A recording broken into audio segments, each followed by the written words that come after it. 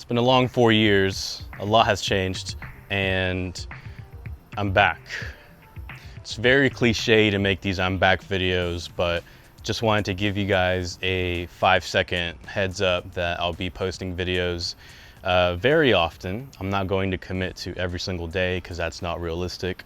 I would say once a week is pretty safe. Anyways, in the past year, I got rid of my truck and I got my Mazda CX50 here.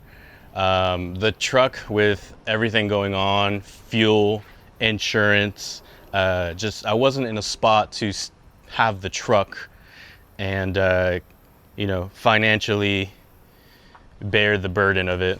All right, so we should be able to take these off with just the flathead.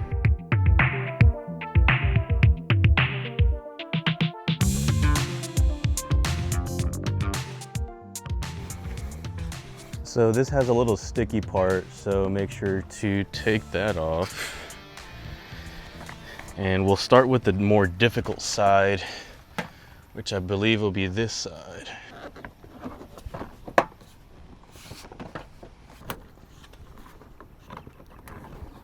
So I'm missing one here and missing one here. But thankfully, these slide out. And these are actually the ones that I'm missing.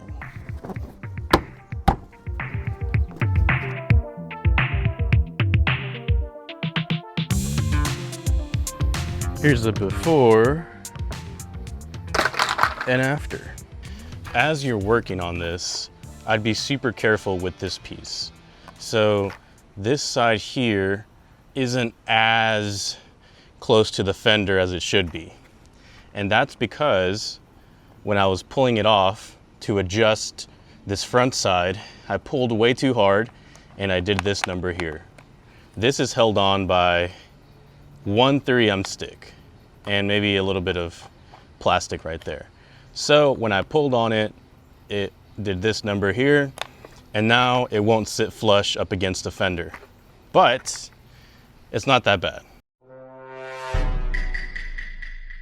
If you're interested, the CX50 is all-wheel drive. They all come with all-wheel drive. It's a four banger, non-turbo. I made sure to get the non-turbo variant. Turbo variant apparently is still reliable, but I would rather drive this car until it can't anymore. It did great this past January in the ice storm. We had a huge ice storm, and not even snow, just straight up ice, and it did very well. I was able to take my fiance to work. I was able to do whatever and have full confidence that I wasn't gonna slip. Another plane, bro. So far, all I've done to it is just add new wheels to it.